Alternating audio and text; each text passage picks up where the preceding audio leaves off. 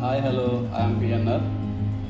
అంటే రెగ్యులర్గా మీకు నేను హౌసింగ్ లోన్స్ రిలేటెడ్ విషయాలు అనేది చెప్పడం జరుగుతూ ఉంటుంది.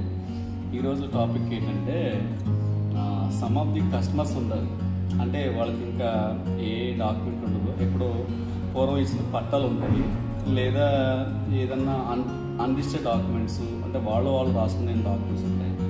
అయితే వాళ్ళకి వరకు అసలు లోన్ అనేది తెలియదు, కానీ లోన్ కావాలి. వాళ్ళు ఆల్రెడీ ఒక ఎగ్జిక్యూటివ్ లెవెల్లో మనం వెళ్ళి ఆల్రెడీ ప్రొఫైల్ని ఎంక్వైరీ చేసుకుంటాం.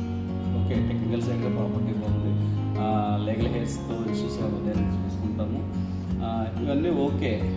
అయితే వాళ్ళ అప్పటికి ఏమవుతుందంటే ఎగ్జిస్టింగ్ లోన్స్ ఉంటాయి, ఎగ్జిస్టింగ్ నెంబర్ ఆఫ్ ఉంటాయి. అయినా కూడా వాళ్ళు ఏమంటారంటే ఈ లోన్స్ ఇలాగే ఉండాలా, ఆదాయం చూస్తే తక్కువ, లోన్స్ ఇలాగే ఉండాలా, ఇంకో కొత్త లోన్ అడుగుతారు. మళ్ళీ దానికి ఏమని అడుగుతారు, మీరు చెప్తే మీరు ఓకే అంటే రిజిస్ట్రేషన్ చేయించుకుంటాం అంటారు. ఇప్పుడు రిజిస్ట్రేషన్ అనేది మా కోసం చేయించుకోవద్దండి, రిజిస్ట్రేషన్ అనేది మా కోసం చేసుకోవద్దు, మీ ప్రాపర్టీ మీరు చేసుకుంటారు. అప్పుడు మీ ప్రాపర్టీకి మీరు చేసుకుంటున్నప్పుడు మీ ప్రాపర్టీకి వాల్యూ అనేది ఈ రిజిస్ట్రేషన్ డాక్యుమెంట్ వల్ల వస్తుంది.